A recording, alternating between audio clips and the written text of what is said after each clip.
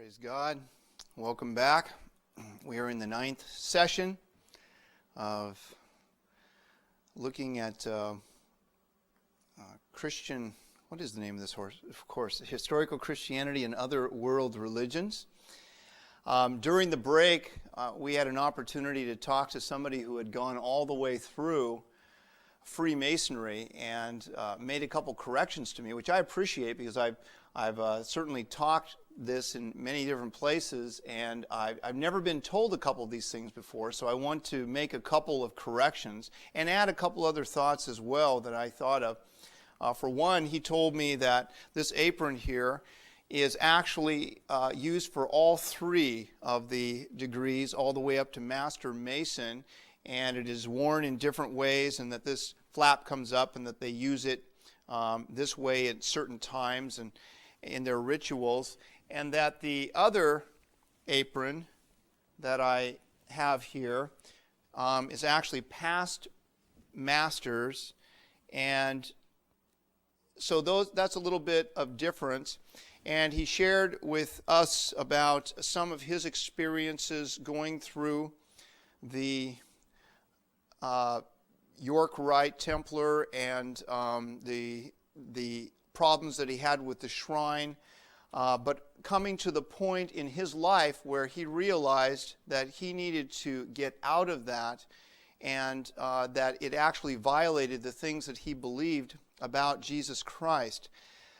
I also want to add just a couple other things, because I know as this video is shown and around the country in various places that there will be Masons that will probably be watching this and will have to decide what to do regarding the teachings that you're hearing here today.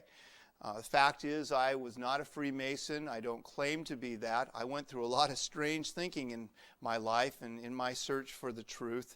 And this isn't any stranger than some of the stuff that I went through. But the fact is, it is deception. And I simply challenge the Masons once again to decide whether they can really make those blood oaths and things like that in the light of what they know about Scripture, to read my chapters on Freemasonry, and to possibly contact me if you want to. I gave my web address, gatebreakers.com.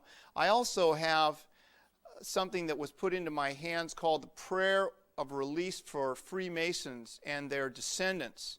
And this is an incredible 2 or 3 page article that talks about actual prayers for people who have gone through the various stages and degrees to literally pray to renounce their connections with some of the oaths that they have bound themselves by. And if you would like a copy of this, you can simply email me and give me your address and I will send it to you. I also want to share with you that at one of the CLST places that I went and taught last year, it was a rather large gathering, and when I was going to teach on Freemasonry, I was absolutely amazed just before that time during the break when a man came up to me and said, "Dr. Fleming, I'd like to introduce you to my son." And I shook the young man's hand. He was about 12 years old, and the father went on to tell me that he had brought his son there specifically to hear about Freemasonry, because this man in his family line, as far back as he knew, had been Freemasons. And he had seen some of the problems with it, but he had wrestled with it, but he had come to a conclusion after some of his research and reading the chapters in the book of Gatebreakers that this thing needed to stop in his family line. And he said, "Dr. Fleming, I brought my son here because tonight it ends here. And I want to teach my son about the truth of what goes on behind the closed doors of the lodge." And so some interesting information. And once again, to those that are Freemasons, my challenge is to the Christians to either change it from within or to get out of it into the true light of Christianity. Well, let's change gears here now and look at page 52. And we're going to get into a whole different subject here. And I just want to start off by telling a couple humorous stories. A psychiatrist received a postcard from one of his parents on vacation. It read, "I'm having a great time. I wish you were here to tell me why." A man went to visit a psychiatrist. He said, "I've got two problems." The psychiatrist said, "Okay, tell all about it." The man began, "Well, I think I'm a Pepsi vending machine." The shrink sat the man right down and started going through his typical repertoire, trying to convince the man that he was not a vending machine. Nothing seemed to work. Finally, out of exasperation, the doctor jumped to his feet, took 4 quarters from his pocket, forced them down the man's throat, grabbed the man by the head, and shook him violently until the man swallowed the money. And triumphantly, the doctor said, "Okay, give me a Pepsi." The man replied, "I can't, Doc. That's my second problem. I'm out of order." Well, things like faulty thinking, psychosomatic illness, and even bad memory are important issues for Scientology. Although they don't claim to be psychiatrists, psychologists, or psychoanalysts, they do claim to have the answer for all the modern medical health problems. As a matter of fact, the founder of Scientology, L. Ron Hubbard, taught that all people have varying degrees of mental problems, and that until mankind evolves into another better organism, the remedy Hubbard found is the best. Furthermore, he teaches that men were once gods, but started playing a great intergalactic game, got trapped in MEST, which is matter, energy, space, and time, and that we forgot who we really are. Now, I would like you to open up to Isaiah chapter 43, and just to consider a couple of scriptures here, which can apply to Scientology or to some of the other religions that we've talked about, new religious movements.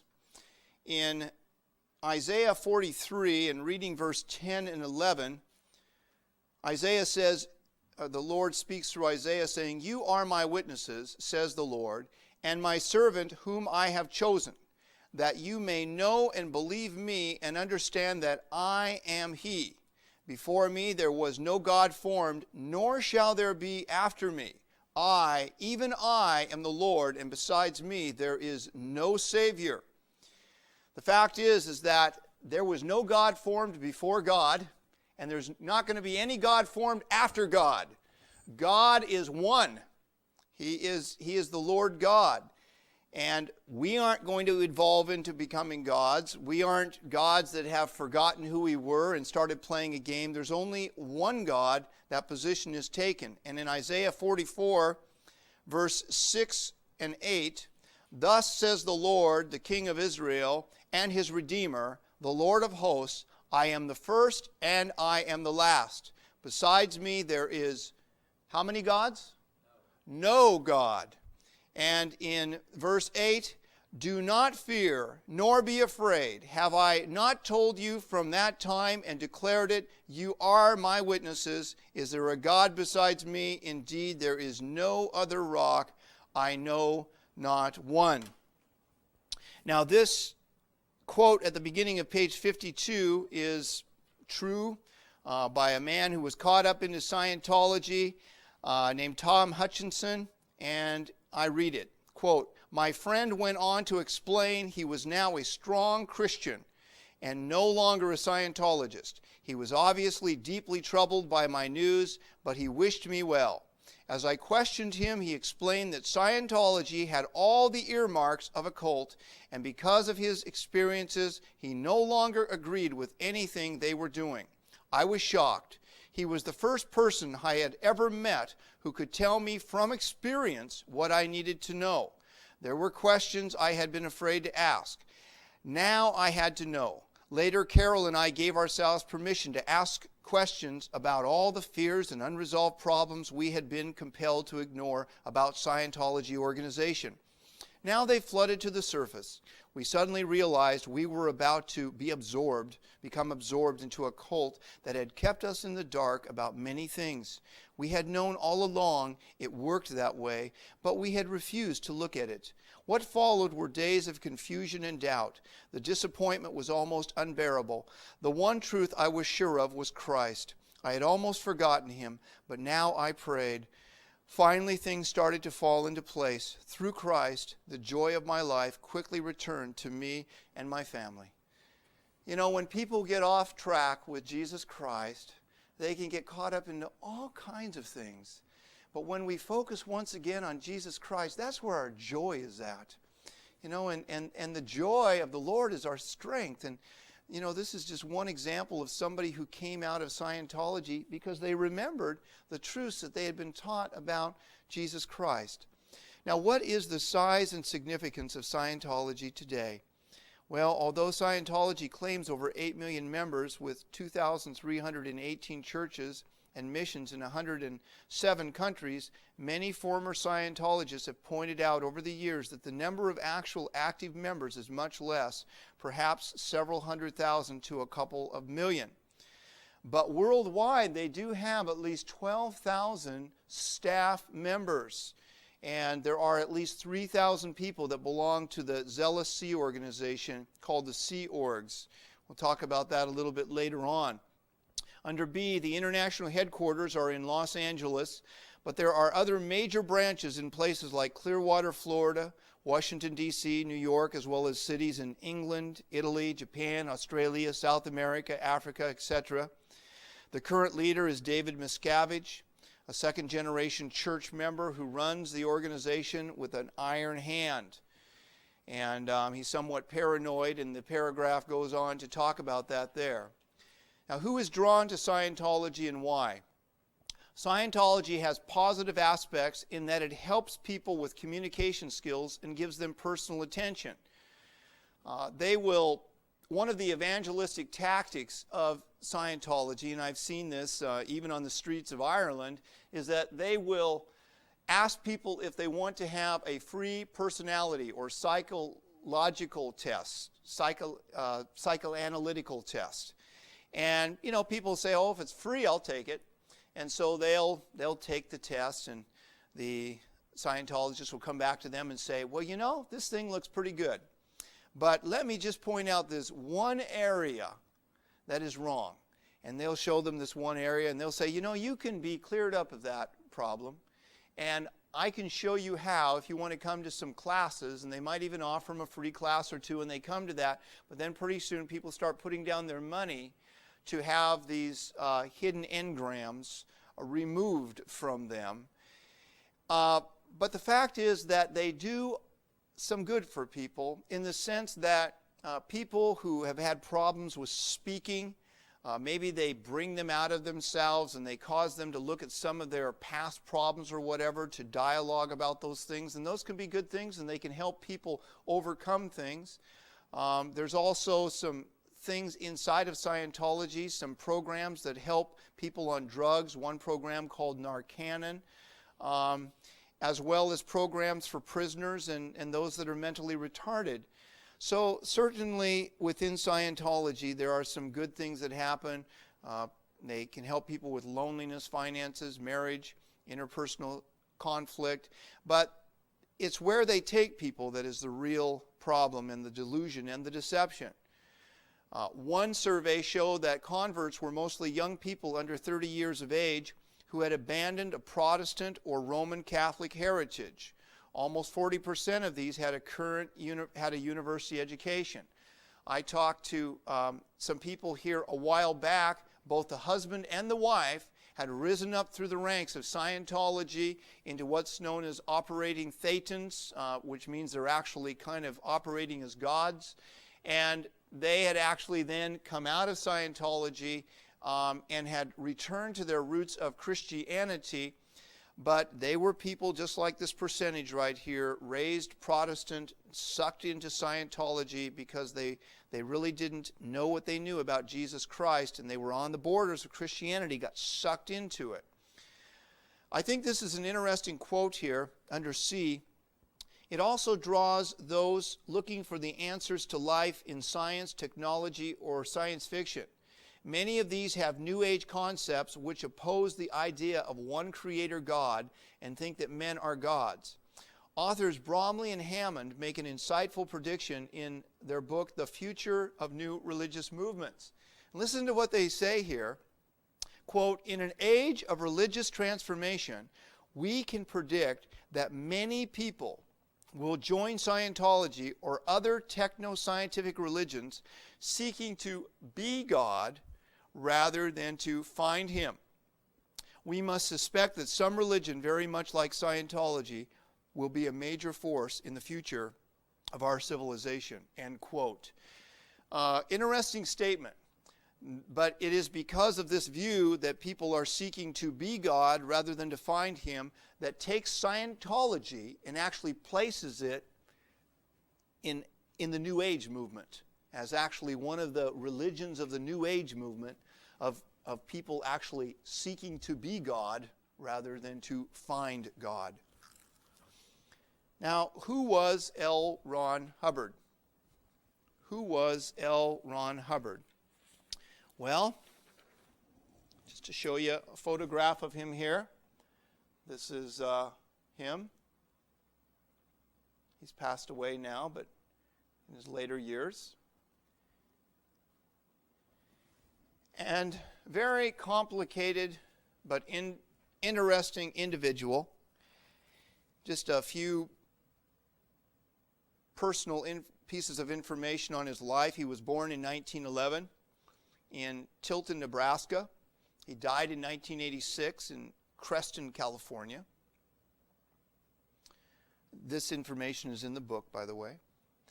His father was in the Navy, and some of Ron's childhood was spent in China and Japan. His father, being in the Navy, would sometimes come and take Ron and his mother to different parts of the world, and so he got to spend some time exploring different things. He was a zealous reader and writer of science fiction. He became an expert in the area of hypnotism, navigation, and organization. He could captain ships, big ships, and lead men. He was this kind of charismatic individual. Unfortunately, he had some raw parts of his character, very controlling and authoritative, that would drive people from him at times, but he had a commanding presence that would draw them at other times. He had 3 marriages, and unfortunately these kind of expose his character a little bit, so I want to read from page 257 of my book, Gatebreakers, a little bit about these marriages and a little bit about his character. His first 2 marriages to Margaret Louise Grubb and then Sarah Northrup ended in fiery divorces.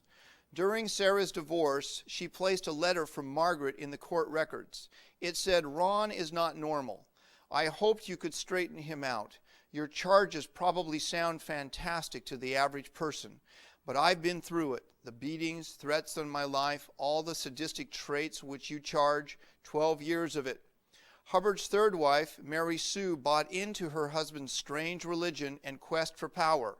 She was arrested and sent to prison in the early 1980s, along with other top Scientologists, for infiltrating, burglarizing, and wiretapping more than 100 private and government agencies.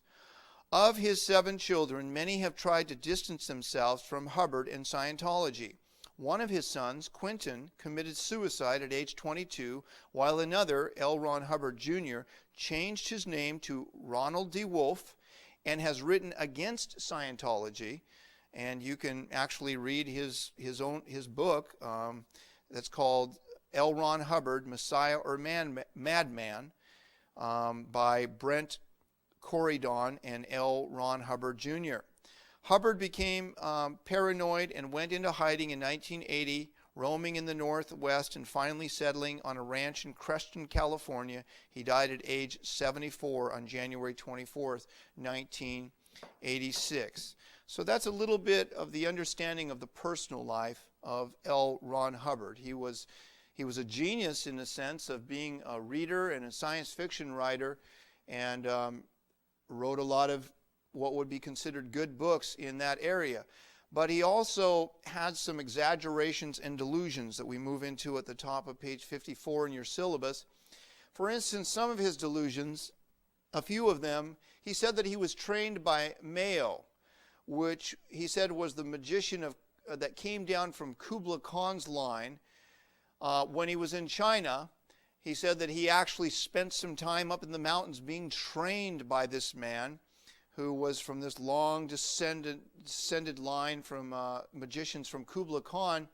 Yet, in his diary, which he kept accurate notes of daily happenings all the way through his childhood, he really liked to write, and in his diary, he never mentioned anything about this. But years later, he talked about it. Another exaggeration is that he said he graduated from George Washington University. Yet, when you check into it, you find out that he was put on probation for low grades and he dropped out. He said that he got a PhD from Sequoia University in California. Well, yes, he did, but that's also what's called a diploma mill. You simply pay money. You don't do any work, you just pay money and they give you some kind of, degree. He said that World War II, he got that he was a Navy hero with 21 medals and artillery wounds. Yet, the fact is, he only had 4 medals.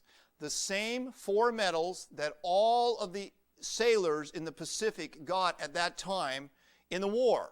For whatever. They weren't for bravery, although they were all could be considered brave because they were out there defending our country.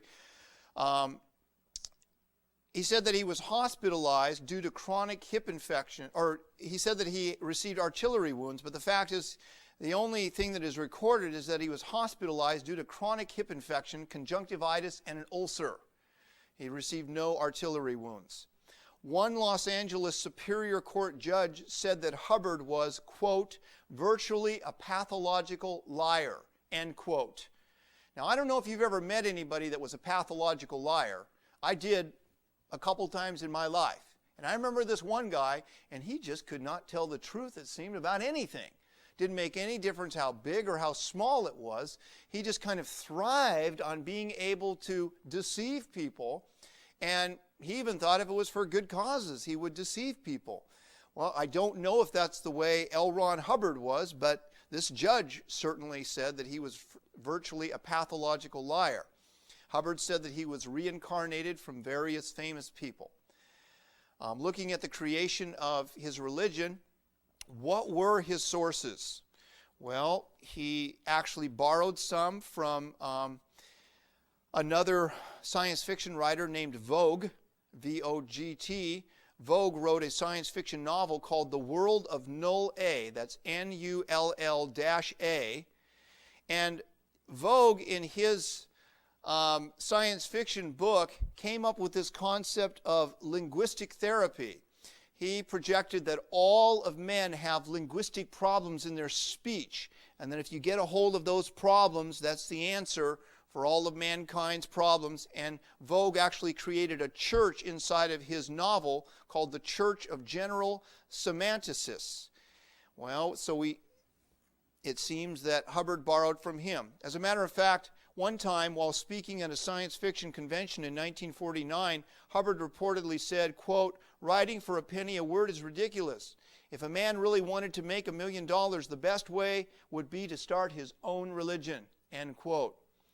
That's just what he did. He also used a great variety of psychologists. Unfortunately, Scientologists think that L. Ron Hubbard created much of what is in his book in Diagnetics, and he did, but he also grabbed a lot from other sources and used those of discoveries that other people had made. It wasn't revelation to him. He simply lifted it from other sources. He got information from various religions. He says that he was influenced by the Vedic hymns, the Buddhist writings, the Lila of Hinduism, which is the divine play and game. That is this concept in Hinduism, and I can kind of relate because of not thinking that any of this existed at one time, that all of this is a game, a great galactic game, and it's all illusion. That's a part of Hinduism. And then there's the Maya of Hinduism, which is the fact that it is the illusion. So you have the divine play in the game and the illusion. He got caught up in the occult in 1940. He was a member of the Rosicrucians, which I talk about in the chapter on the occult in my book. In 1945, he was connected to a satanic group called the Order Templi Orientis, the OTO. And he actually acted as a scribe for Jack Parsons and Jack's wife-to-be, Cameron, as they performed sex in what would be called a sex magic ritual. Hubbard acted as the scribe and recorded what they said or the things that they did, thinking that some kind of power was going to come from this. Okay, what is the worldview of Scientology? Well, let me just show you a couple of their conventions, and I'll talk to you about their worldview. You can see over here L. Ron Hubbard, and then you have a lot of people at this convention. By the way, let me just show you a picture of what one of their churches might look like. You call it church. Here's a bust of L. Ron Hubbard over here, and you see the cross in the background there, but it doesn't really represent what you and I would think, but it looks like a kind of a normal church. And just one more picture of a convention. Once again, there's L. Ron Hubbard's picture there, and then it looks like a gigantic choir that is singing here, probably for some big event that they're going to put on. But the worldview of Scientology, it's interesting. Scientology teaches that L. Ron Hubbard has unlocked the secrets of the universe and the true meaning of life. Each man, Hubbard taught, is actually a god, but we fooled ourselves in a big game over a space of time and forgot that we were gods. How foolish to think that omniscient gods could forget that they were gods. But as author John Welton emphasizes in the following report, they think that we are hypnotically trapped by the illusionary reality around us. He says, Scientology maintains that in his true nature, man is not the limited and pitiful body and ego he mistakenly imagines himself to be. He is a thetan, that's that word thetan, whose fundamental nature is basically good and divine. He is not morally fallen, rather he is simply ignorant of his own perfection. His only fall was into matter, not sin. How did this fall come about? Apparently trillions of years ago, Thetans became bored, so they emanated mental universes to play in and amuse themselves. Soon, however, they became more and more entranced in their own creation until they were so conditioned by the manifestations of their own thought processes that they lost all awareness of their true identity and spiritual nature. They became hypnotized and trapped by mest. Compounding the problem was the accumulation of endless engrams. Now, I want to stop there and talk about this subject of engrams. An engram is supposedly a mental block caused by a negative event that happens in somebody's life. And pretty much the entire book, Diagnetics, that L. Ron Hubbard produced back in 1950, I believe it was, Diagnetics, the modern science of mental health, the whole concept there is that from birth onwards, you and I have experienced times of subconsciousness when negative events have happened around us. Perhaps we were in our mother's womb and we were in the tummy and she bumped something and we would become unconscious. But during that state of unconsciousness, we would hear something or we would feel something. Something would happen around us, an argument.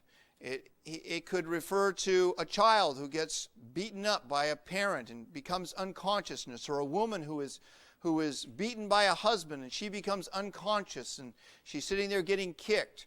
A lot of different things could occur to cause the unconsciousness. It could even be when you're in a dentist chair and all of a sudden they give you that nitrous oxide and you go unconscious and you hear the nurse and the doctor talking about something.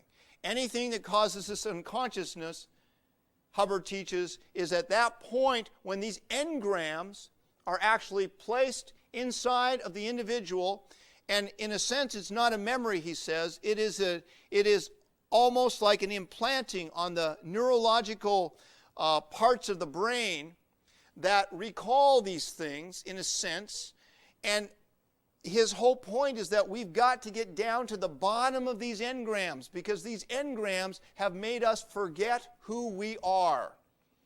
And that we should be able to actually remember all the way back to the time that we were just even in our mother's wombs, in a sense. He wouldn't call it memory, but they say that through auditing, through these auditors, that they should be able to come in and help us to remove these engrams. Now, one of the things that auditors, or maybe another name would be counselors, they use these gadgets called e-meters. And they cost, quite a bit of money. But the fact is that that's what Scientology is kind of about, spending your money on these things. The whole concept here is that these e-meters will respond. They'll have them hooked up to you kind of like a lie detector, and that they will respond and they will help the auditor determine whether there's an engram hidden somewhere inside of your past. And you are to address that issue and address that issue and address that issue until you become what's called clear. Clear. The whole goal of Scientology, supposedly, is to clear people, to clear people of their engrams and to get them into a place where they can be cleared of everything. Diagnetics teaches that all people, even normal ones, have hundreds of these engrams messing up their minds, their lives, society, and the world. Engrams begin in people even prior to birth, while they are in the basic stages of conception. These engrams are basically the root of all our human problems. They cause mental sickness, insanity, much of the physical sicknesses, accidents, rage, lying, misbehavior, generational problems, homosexuality, as well as society's problems, including all wars and mankind's deception at large. Diagnetics is supposedly the therapy of returning patients to these painful moments of unconsciousness and helping them to become released and to become clear. Now, it's interesting, the world's first clear, which happened back in the early 1950s, was a terrible embarrassment to L. Ron Hubbard. In 1950, on August 10th, Sonia Bianca was paraded by Hubbard into a full auditorium of press representatives and curiosity seekers. She was a physics major from Boston. Supposedly, she had reached a level of perfect total recall. However, when questions were put to her, she could not remember a basic physics formula, not even the color of Hubbard's necktie. Now, this was a physics major who couldn't even remember a basic physics formula.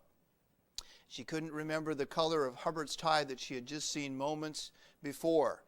In fact, the event went so badly that Hubbard, even though he carried on his religion, he did not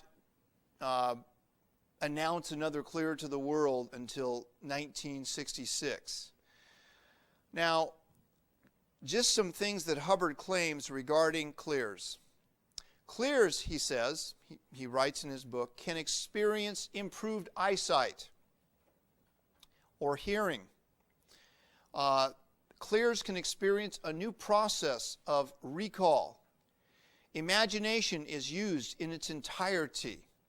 Whatever man likes to think man should be, or for that matter, what he has represented his better gods to be like, Hubbard writes, that is the clear. Becoming clear is the artificial evolutionary step that people need in order to cross the canyon into a better self. Clears rarely have accidents, he says, and they do not get colds. A clear, wouldn't you like just to get to a point where you never got a cold?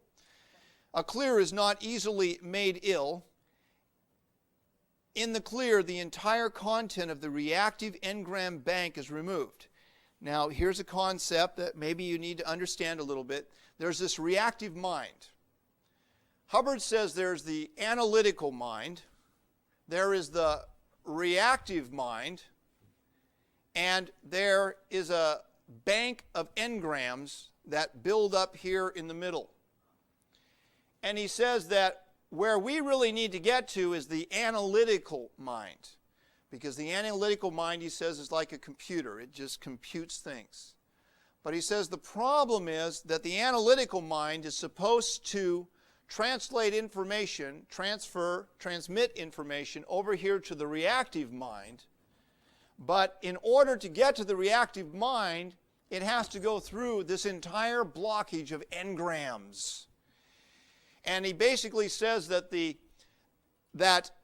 idea is that the active mind, I forgot my words here.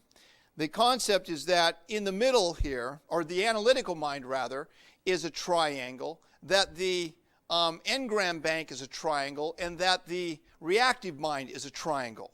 And he says, just kind of imagine these triangles there, and that at the bottom is where somebody is, their birth coming up. He actually asks you to kind of draw a diagram in his book. And he says at the very lowest levels, there's only these points coming down. And so it's easy to get through from the analytical mind all the way over to the reactive mind because the engrams are very small in that part. He says that in order for people to truly get cleared, they have to be taken all the way back down the scale to that very lowest point inside the womb and to be able to get rid of all of that. And if they get rid of all these engrams, thinking all the way back to the time that we were in our mother's womb, then we will become cleared.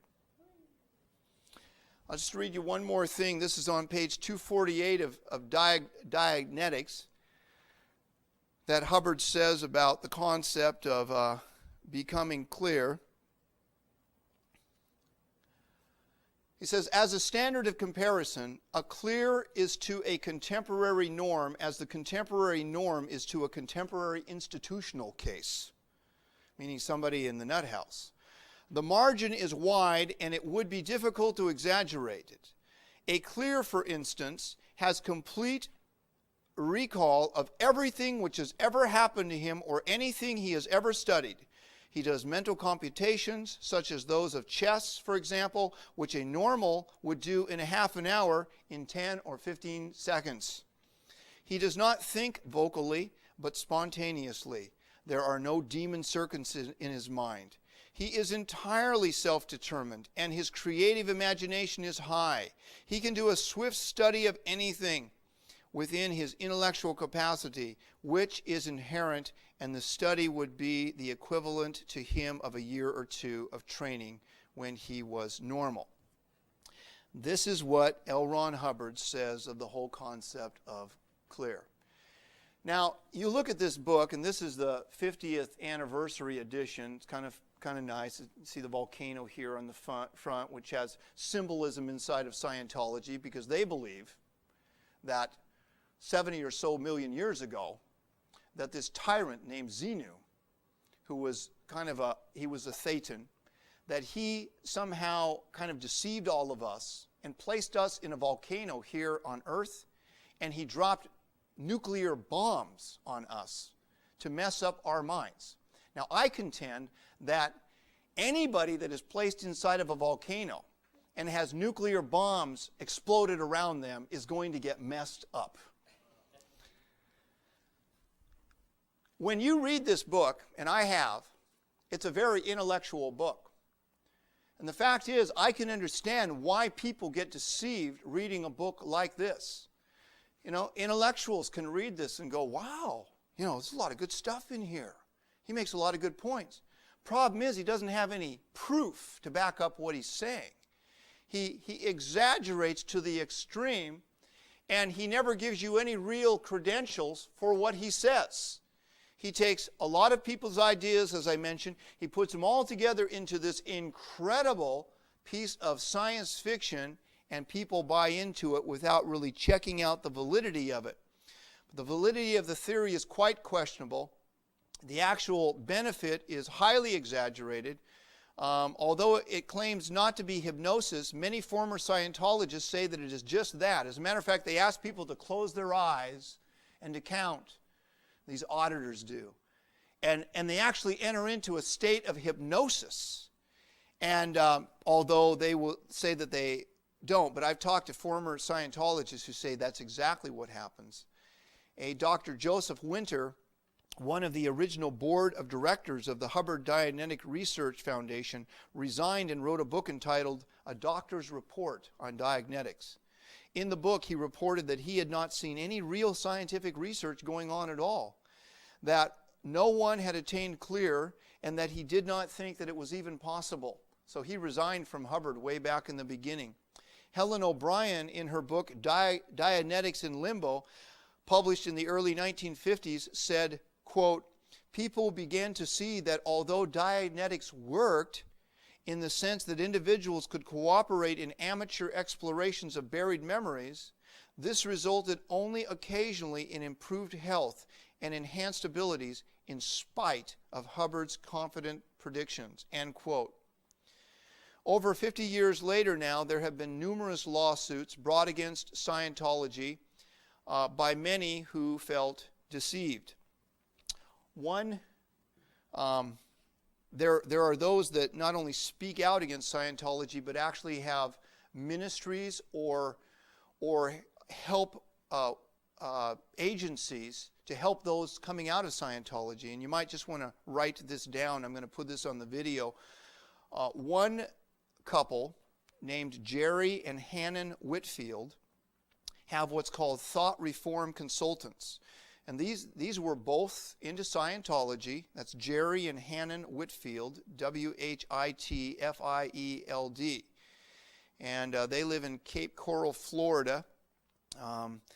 Their phone number is 941-945-4118. That's 941-945-4118. Or you can write them at 119 Southeast 43rd Lane, Cape Coral, Florida, 33904.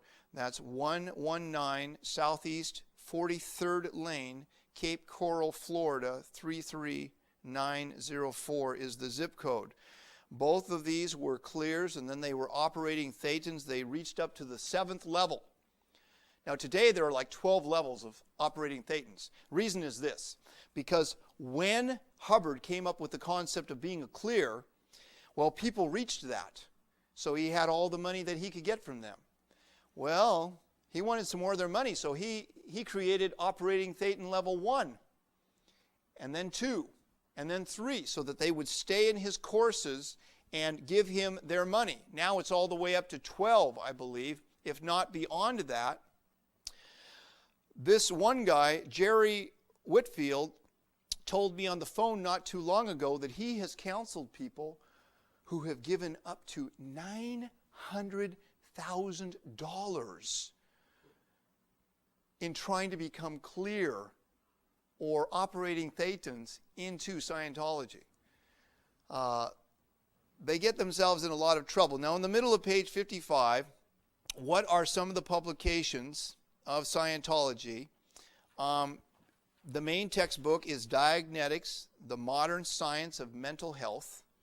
Dianetics, the Modern Science of Mental Health. I showed you the textbook on that.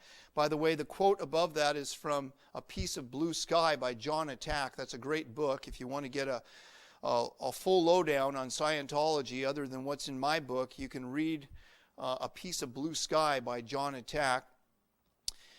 Down at, you can see some of the other publications of Scientology, The Auditor, the International Scientology News, Celebrity Magazine, Advance. They have a lot of different magazines, and they put out a lot of stuff promoting their organization. Down at the bottom of page 55, we get into one of the areas that I think is really amazing.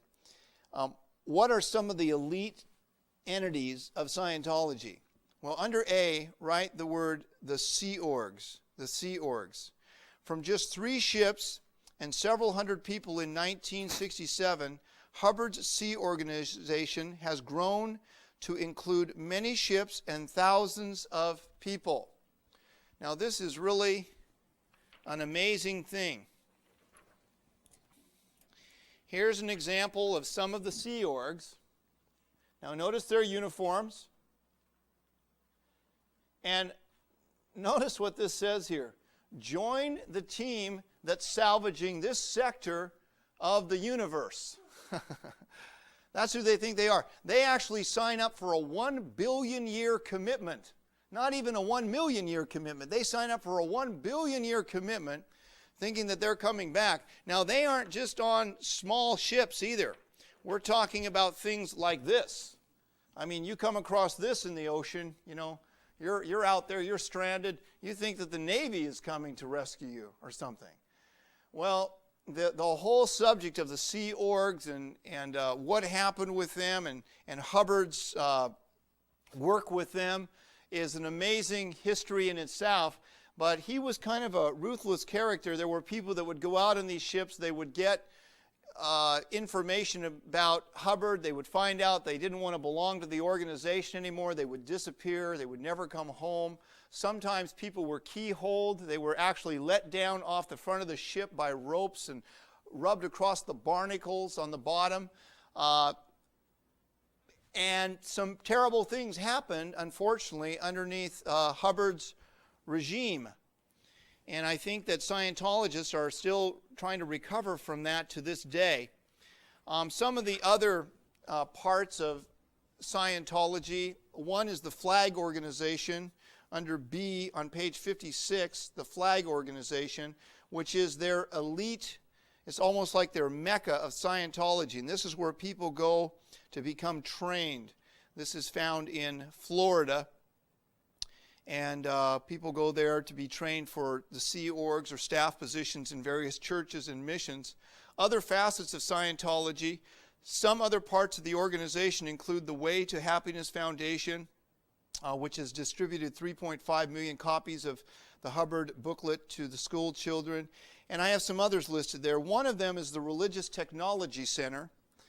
And it's kind of interesting when you read their information on the Religious Technology Center, they actually have what's called suppressives in here. People that are either speaking against Scientology or Scientologists that want to come out of the organization, but they are being looked at as the organization as enemies now, potential enemies, and these people are targeted. As a matter of fact, they have inside of Scientology a little rule called the fair game rule. And that basically is that Scientologists can do anything they want to somebody else that is trying to bring up information against them or in any way speak out against them. Many people have been sued into silence. And one of the most recent things that occurred was that the Cult Awareness Network, back a few years ago, that people could call or get a hold of, was actually run by people, Christians that were concerned about people getting caught up in the cults. Well, they sued them to the point where they became bankrupt. They had to give up everything. And then Scientology came by and bought the name Cult Awareness Network in the court, bankruptcy court. Today, if you call Cult Awareness Network or go on the internet and punch in Cult Awareness Network, guess who you're talking to? You're talking to Scientologists. Now, these people are smart and they are somewhat ruthless in their tactics. This guy is the chairman of the board, David Miscavige, and he really runs the whole thing. Now, there's another guy called the president, but this is really the guy that holds the power inside the organization. Some of the celebrities that perhaps you heard of, Jeffrey Lewis is one of the celebrities. I'm sure you all know this guy, John Travolta, who they say is the state of clear. They get a hold of these celebrities like Tom Cruise and Nicole Kidman and others, and they use them to push their agenda. And sometimes I'm not sure these people even really know what they are being used for, but they are pushing their agenda. Now, on page 58, just real quickly, what about God and Jesus Christ? Well, Scientologists will say that you can believe in a supreme being, but as you go through their organization, they tell you who that supreme being is. And in regards to Jesus Christ, there is very little said in Scientology about Jesus. It has been stated that he was a shade above a clear, but not an operating thetan. Hubbard challenged the orthodox view of Christ. Although Scientologists use a type of cross as a symbol for betrayal, Hubbard stated that Jesus was a false dream or implanted picture put into our minds. Mark that last statement there about Jesus being a false dream or an implanted picture put into our minds before birth. We need to do what we can to pray for these individuals that are caught up in it. Every time you think about it, pray for some of these Hollywood stars that are caught up in it. We're going to go ahead and take a break here now, and then we'll return for our 10th and final session.